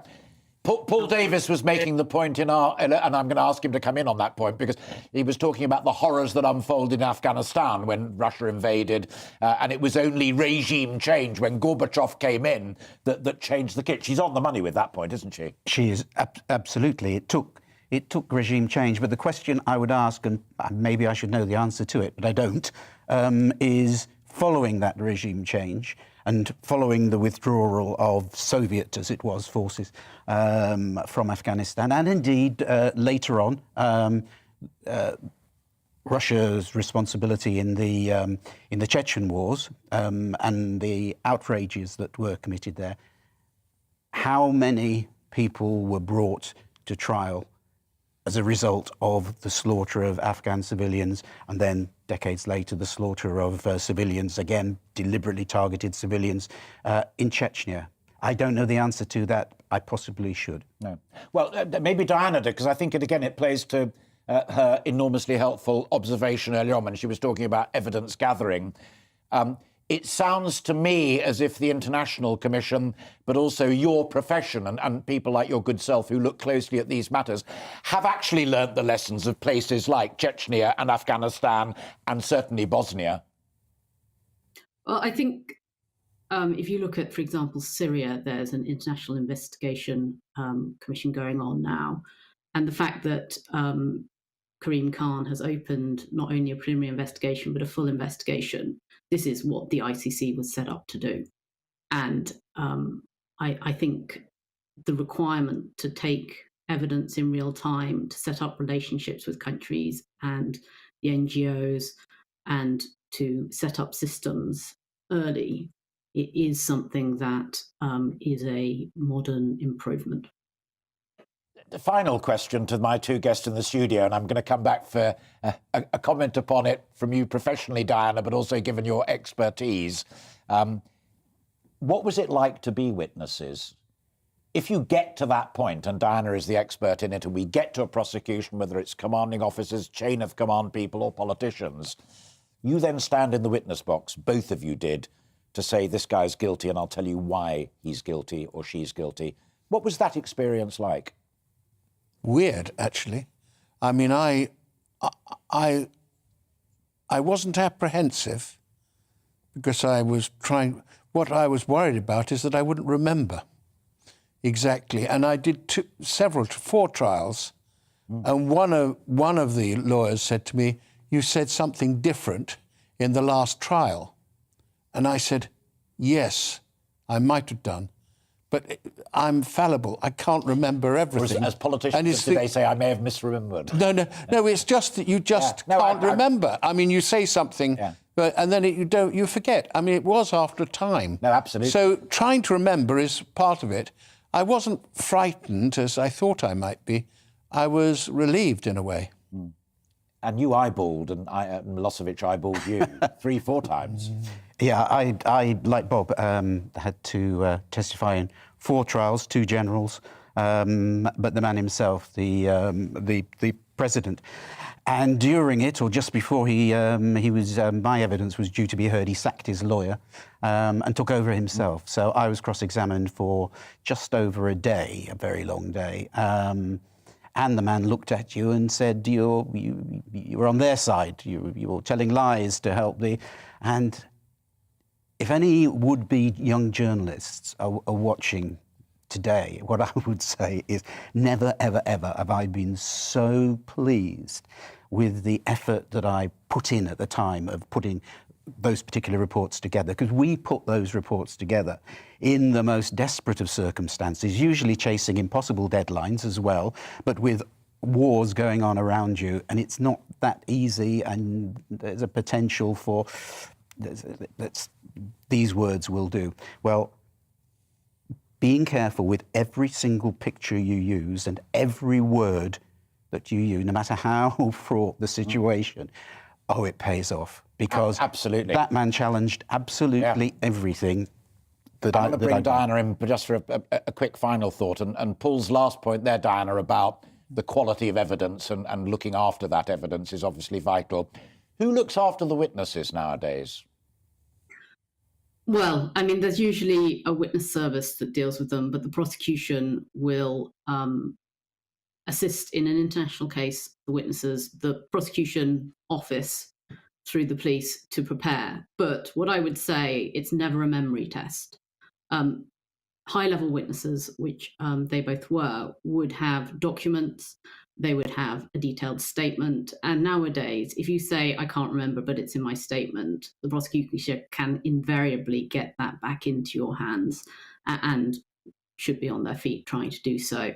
So what I would say is any witness who can take contemporaneous notes, keep the documents, keep the clips, keep the evidence. It's actually for the prosecutor to argue the case, not the witness. Right. On this day, I saw this. on this day. He said this, here's my note I took at the time. And it's very difficult to cross-examine that person, and what inference there is, what conclusion there is for it, is a matter of argument, which is not for the witness, it is for the prosecution. Utterly fascinating. Diana Wilson, a real pleasure to talk to you, and thank you so much for sparing so much of your time. That's Diana Wilson, QC, who has a special... not a QC. Not a QC. Well, you jolly well should be. We'll have a look down and get you silk. I'll have a word with the Lord Chancellor and whomsoever. I'm told your website needs checking out, but apologies for that. You've been brilliant, and I'm so grateful. Thank you very much indeed, Diana Wilson, soon to be given silk, quite rightly. And Paul Davis and Bob Stewart, both at 12 o'clock and just now. Thank you for sharing, and I know it was occasionally difficult for both of you to let us understand what's going on in Ukraine from what you endured, reported on and fought for in Bosnia. Great to see both of you. Thank you very much indeed. Plenty more still to come this afternoon. We've got, what have we got? We've got 24 minutes still to go after the break. Good news, British motorsport fans, as the young rising star George Russell strengthens his credentials as a potential successor to Lewis Hamilton with a very strong performance at the Melbourne Grand Prix. But first, let's bring up to date with the weather. Looking ahead to this afternoon, and the UK is looking mostly fine and dry, but some patchy rain across northwestern areas. Let's take a look at the details. Across much of southwest England, the sunshine will turn increasingly hazy and it will become breezy too. Staying dry though, with highs of 11 Celsius, which is 52 Fahrenheit. There'll be plenty of sunshine across the London area and southeast England, with light winds for all. Temperatures climbing to 14 Celsius, 57 Fahrenheit. Over to Wales and the far west, we'll see thickening cloud and perhaps a few drops of rain. Elsewhere will remain dry with some bright spells. As we move towards the Midlands to northwest England, it will remain dry and bright with plenty of blue skies. Feeling pleasant in the sunshine with maximum temperatures reaching 12 Celsius. The cloud will continue to bubble up across northeast England this afternoon. It'll be largely dry, but the odd light shower could be possible. Top temperature reaching 11 Celsius with light winds. A few light showers are still possible across northern Scotland this afternoon, but most places will remain dry. Glasgow will see some sunshine and top temperatures of around 10 Celsius. Mostly cloudy skies for Northern Ireland this afternoon, with outbreaks of rain largely in the west, turning breezy too. Maximum temperatures reaching 10 Celsius, which is 50 Fahrenheit. Much of the UK will have a fine end to the day, with just some patchy rain across the northwest. And that is how the weather is shaping up for the rest of the day.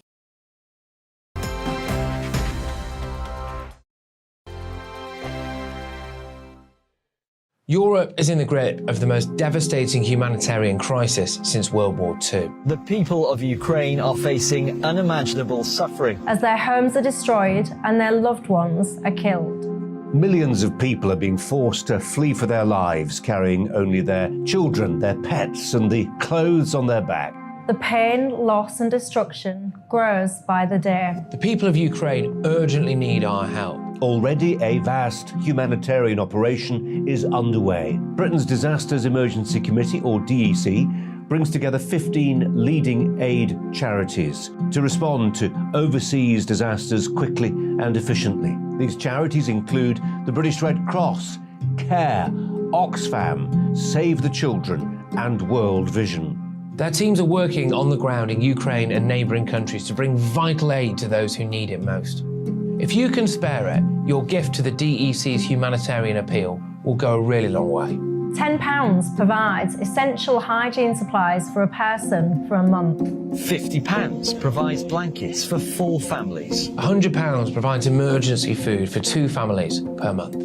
It's easy to give. You can donate online at dec.org.uk or call the 24-hour donation line on 0370 60 60 900. If you prefer to send a cheque, please post it to the Ukraine Humanitarian Appeal, PO Box 999, London, EC 3A 3AA. To give £10 on your mobile, simply text the word crisis to 70150. Standard network charges apply for calls and you must be 16 or over. Texts are charged at the standard network rate and your £10 donation will be added to your bill. 100% of your donation goes directly to the DEC to save lives and deliver critical support where it's needed.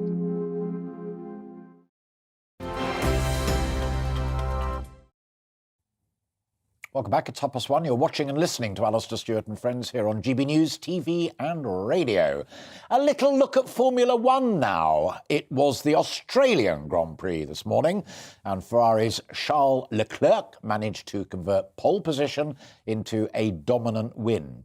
He also completed the fastest lap, which means a bonus point, and moved to a 34-point lead in the Drivers' World Championship. It seems the prancing horse of Ferrari is finally well and truly galloping after rather a sad absence these last few years. But there is some good news for British motorsport fans as well. Mercedes number 2, not the great Lewis Hamilton, but the number 2, George Russell, came third, and he moves into second place in the drivers' standings, strengthening his credentials, some might argue, as a possible successor to Lewis Hamilton. I am delighted to be joined now by Philip Duncan, the Formula One correspondent for PA Sport, who's been following all of the action in Melbourne. Great to see you, and thank you as always after what I know was a busy night and a busy morning for you. I was listening to a bit of it first thing this morning on the radio, and it sounded to me as if it was pretty plain sailing for Leclerc throughout the whole weekend. Yeah, I think you're right, Alistair. He absolutely dominated proceedings today, dominated proceedings throughout the weekend, really. You know, he was on pole, he held off any advances that Max Verstappen could throw at him, and he won by more than 20 seconds in the end. And as you said at the top, he's extended his lead in the championship to 34 points, which is a pretty extravagant lead at this time of the season. We've only had 3 races. So yes, Leclerc looking very good, Ferrari looking very good, and they're set up pretty well to have a good season. You know, it's been 15 years since they last won a Drivers' World Championship with Kimi Raikkonen, but Leclerc's looking good. He's in the lead, and yeah, I think he's the early favourite, I suppose, to win this World Championship this year. And it's funny, isn't it, as a sport, because whether one is a Mercedes Lewis Hamilton fan like me, I think everybody who genuinely loves F1 wants Ferrari to be there, to be in the mix, have a decent car, and to be doing rather well. Yeah, totally. I mean, it's great for the sport to have Ferrari back up there. You know, they've been languishing for the last few seasons. And as I said before, it's been 15 years since they won the World Championship, which is a crazy time, really. You know, Ferrari really is Formula One, and Formula One would be weaker without the Italian team there. So it's good that they've managed to reverse their fortunes and they're back on track. And in Leclerc, they have a driver who looks capable of challenging for the title. I mean, it wasn't great for the other Ferrari driver, Carlos Sainz. He spun off and he was out on the first lap. But yeah, looking good for Leclerc, and hopefully he's in a good position to fight for this championship. I'm sorry, I nearly interrupted you. You beat me to it, though, because just while you were giving that answer, for people who were listening to us on radio as opposed to watching on television, we were showing a picture of a rather beautiful red Ferrari sitting with its wheels spinning in the gravel.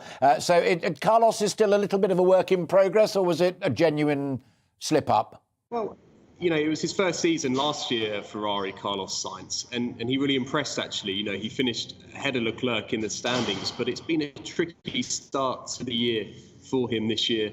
You know, he's been behind Leclerc in both races, and then in Melbourne, he's had an absolute disastrous weekend, really.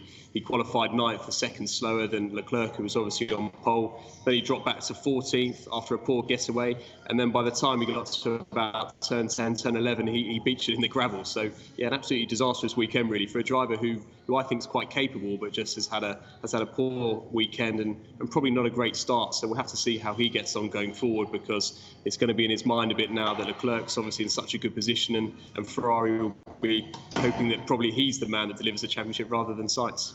Final, very, very quick one. Points out of 10 for George Russell. What a weekend that boy had.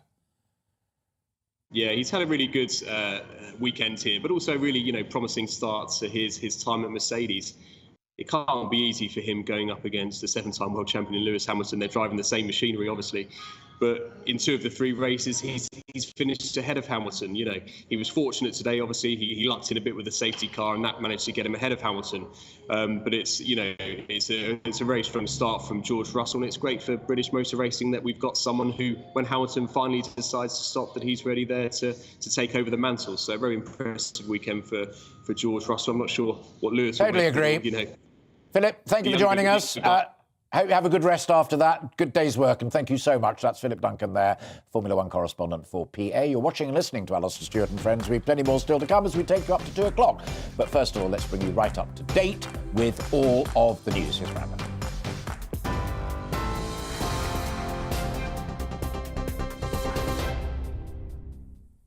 Thank you. It's 1:36. The top stories from the GB newsroom. Ukraine's president has called for further sanctions against Russia by the West and for additional military aid as the country braces itself for an attack in the east. Military analysts say Russia is regrouping its forces with shells fired into the Luhansk and Dnipro regions today. 9 humanitarian corridors have been agreed to help residents escape heavy fighting, with officials urging people to leave Mariupol by any means possible. An inquiry has been launched to find out who was behind leaking details of the Chancellor's wife's tax status to the media. Rishi Sunak's multi-millionaire wife, Akshata Murthy, announced on Friday that she would pay UK taxes on her worldwide income following disclosure of her non-domiciled status. Mr Sunak has seen his approval ratings drop 3 points to 28% in a new poll by Opinion. Haulage companies are calling for priority status at port crossings into Europe if they're holding perishable goods. The British Meat Processors Association say long queues have caused some of its members to wait for over 24 hours to cross, causing meat and other products with a shelf life to go off. The Department of Transport has yet to comment on the proposal. And Merseyside police have launched an investigation after Manchester United forward Cristiano Ronaldo appeared to knock a mobile phone out of a supporter's hand at Everton. Footage appears to show the player smashing the phone out of a rival fan's hand and onto the ground as he limped off the pitch following United's 1-0 defeat at Goodison Park. Ronaldo has since apologised on social media. The club confirmed they were aware of the matter. Well, on TV, online and DAB plus radio. This is GB News. Stay with us. Alastair Stewart will be back in just a moment.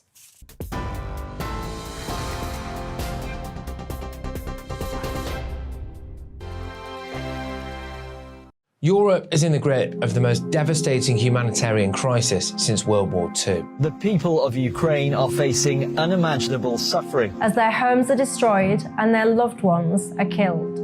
Millions of people are being forced to flee for their lives, carrying only their children, their pets, and the clothes on their back.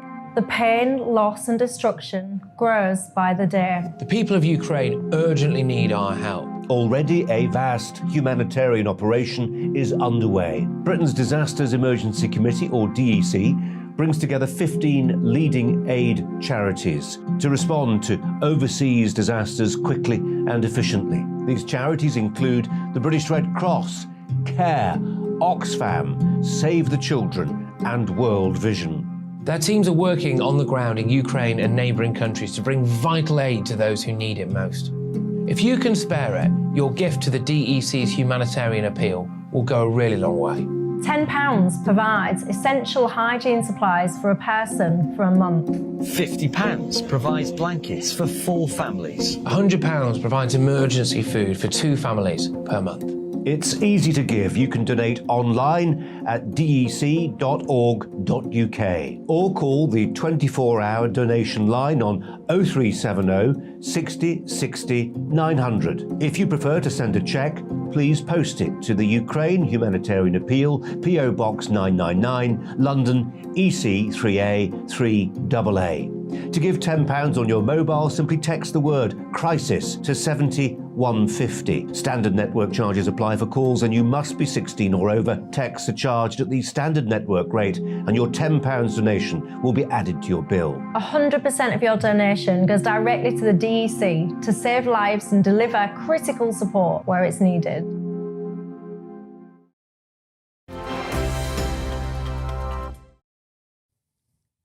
Welcome back. It is a little past 22 and you're watching Alastair Stewart and Friends here on GB News TV and radio. We've been speaking today about the visit by Boris Johnson to Kiev and his pledge to send more arms to Ukraine in his support for President Zelensky. But how does that resonate with those who are on the ground? I'm delighted now to be joined by my final guest, Lesia Vasilenko, who is a Ukrainian MP and a lawyer. We tried to do this, I think it was a couple of weeks ago, but unfortunately the technology defeated us. It will not defeat us this time, and I'm thrilled to see you there in what I know are very difficult times. How did you personally judge the unexpected arrival of Boris Johnson walking through the streets of Kiev and pledging that extra armament? What was your personal reaction to that, Lesia? Yeah, it's great to be on the show today. I know that we tried and failed a couple of weeks ago. That is true because the connection is not always stable in Ukraine.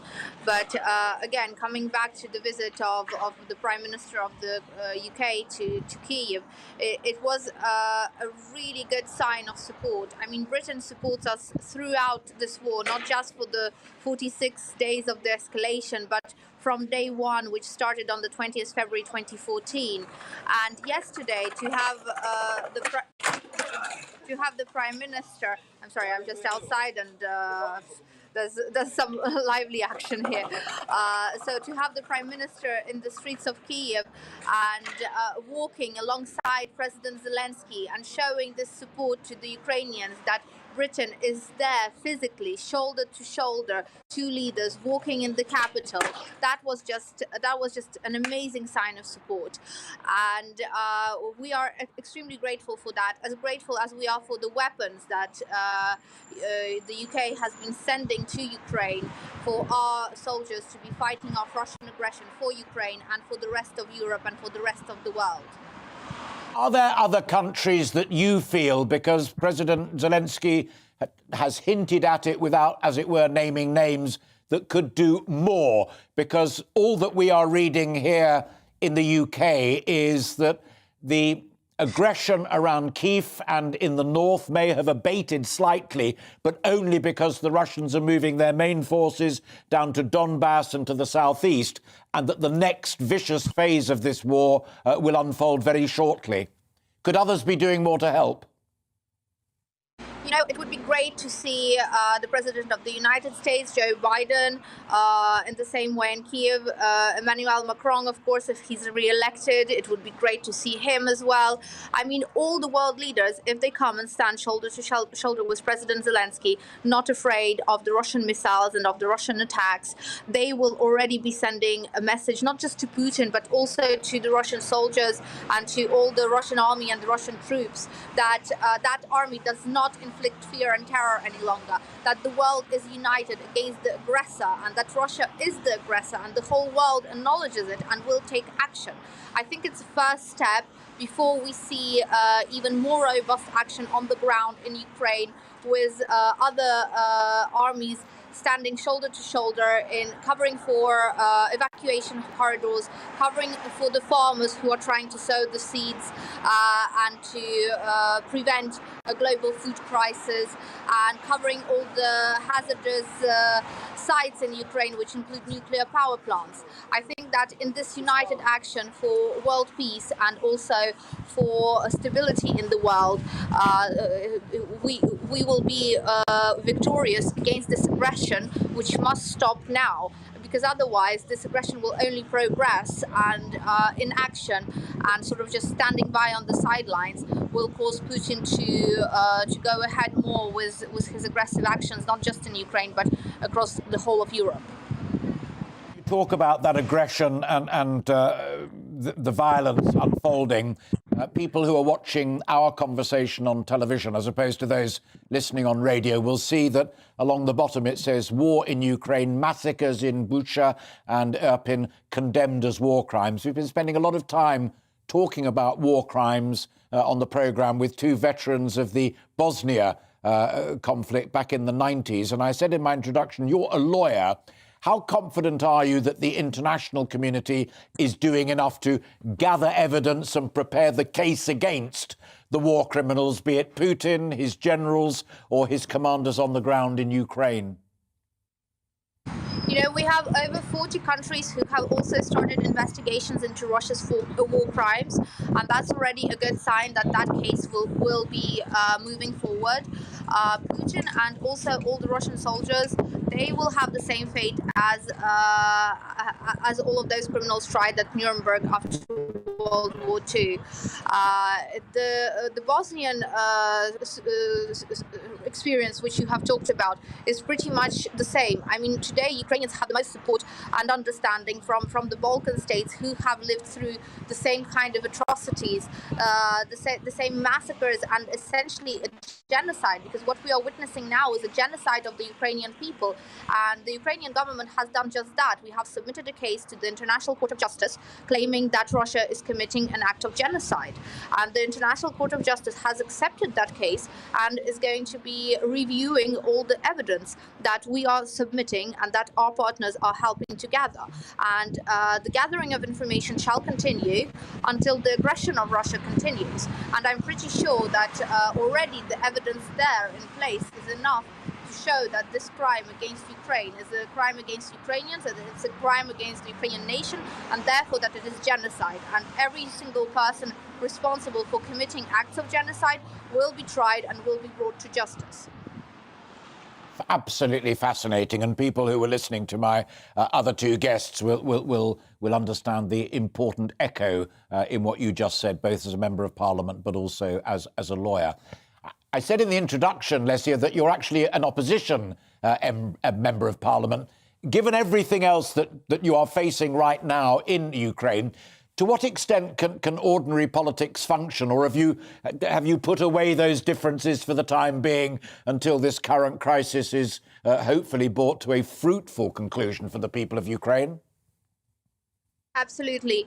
It's the 46th day of war, and Parliament, government, presidential administration, all alike, we stand united for Ukraine. We stand with the people of Ukraine, of course, and with the army of Ukraine.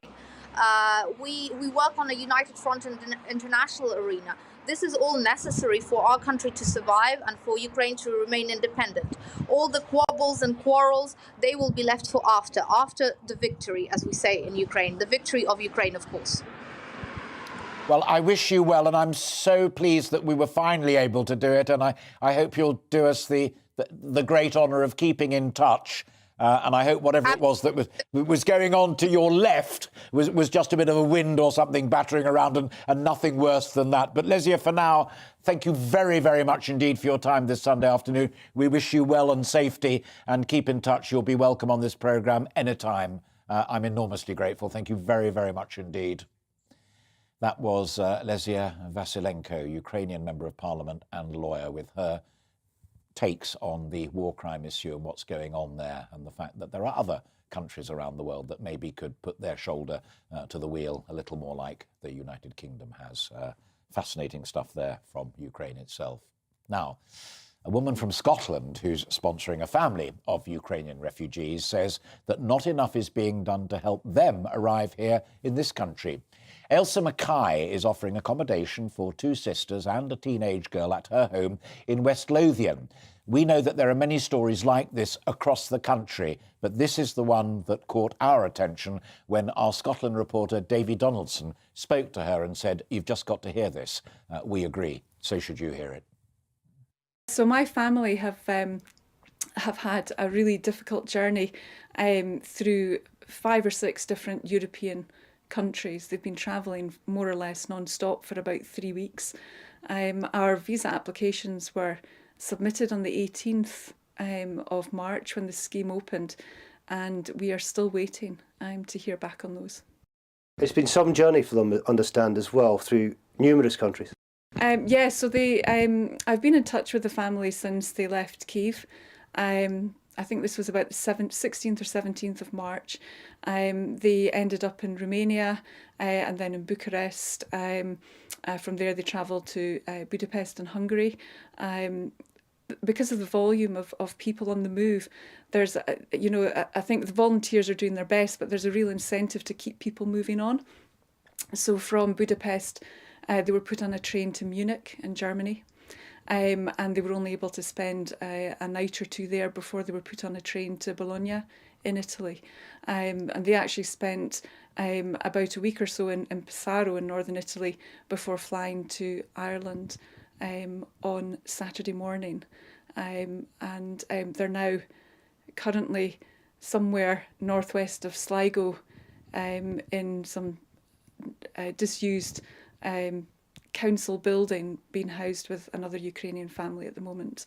But they have no heating at all, and they're currently sharing a single bed, so it's obviously not an ideal long-term situation for them to be in. You've obviously been in touch with the family all along the way. What's been the sort of conversations you've had with them? Difficult, because they're scared they're running out of money.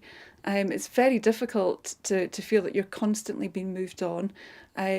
So at the back of their minds, they're always thinking, I've got another day here. Will the visa come through? Because then I have to move again. So that's been more or less the gist of the conversations. Are you okay? Have you got somewhere to stay? Have you been fed? Do you know what you're doing tomorrow? It's been really basic. I mean, we've had quite a few conversations, but very much around the logistics of what's happening and timescales and what's happening next. Do you think enough has been done to try and get these people over here and into homes, or do you think it's a process that needs to be speeded up somewhat? Undoubtedly, it needs to be speeded up. There needs to be more transparency and feedback as to where applications are. I mean, I've spent more than 8 hours on hold to UKVI trying to get information, and when you do get through to someone, they can't tell you anything. They can't see the applications, they can't tell you where they are in the system, they can't give you any idea of timescales, they can't tell you where everything is okay. So you're just guessing, second guessing what's happening next. The forms themselves, I mean, I believe they've been simplified, but they're extremely difficult to fill out for a family who are on the move, on a mobile phone, on a data package, on a train. Personally, I feel that that the entire process is designed to be as obstructive and difficult as possible. I do appreciate that security checks need to be undertaken. I don't see why. I don't understand why we're the only European country where people can't enter the country first and then we undertake these checks. It's just inhumane. Ailsa Mackay there talking to David Donaldson. I said we thought you should hear that because I suspect that Ailsa speaks for tens of thousands of people out there who recognise that there may be security issues, but also want their offer of help simply to be met. It's man's humanity to man and woman's humanity to women as well. On today's programme, we've been talking about issues such as war crimes in Bosnia and how the lessons of what happened around the Sarajevo siege may inform what's happening in Ukraine right now. We had a former military commander from that conflict, Paul Davis, my great friend, who reported upon it, both of whom gave evidence in war crime cases in The Hague. We asked for your thoughts on it, and you've been incredibly thoughtful and really quite diverse in your views. So I'm going to share as many as I can in, the last 3 or 4 minutes that we've got. I'm going to start with Paul, who says, if we are not witnesses to the horrors that have collectively been witnessed, if their faces do not reflect the sheer inhumanity that we've seen, and judging by this photo, it very much does, then their testimony will, and it is sobering. I put a picture up of Paul and Bob sitting in the here in the studio looking a bit sort of straight-faced, and I think that's what Paul's picked up upon, so thank you for that. Pamela joins the conversation saying, Alastair, I'd like to thank you and your guests for reporting on wars throughout the years. Pamela, that's very kind of you. There are many, many brave men and women out there doing that job right now, and I asked Paul to join us because he's a personal friend, but I think he really is one of the all-time greats and saw Chechnya, saw Bosnia and Afghanistan and so much more besides. But you're right. Honourable, accurate, informed reporting is so, so important. Michael sent this email. There seem to be parallels with what's happening in Ukraine and Kosovo. The ethnic Albanians in Kosovo freed themselves from Serbia, and behold, after 10 years, the West proclaimed Kosovo independent.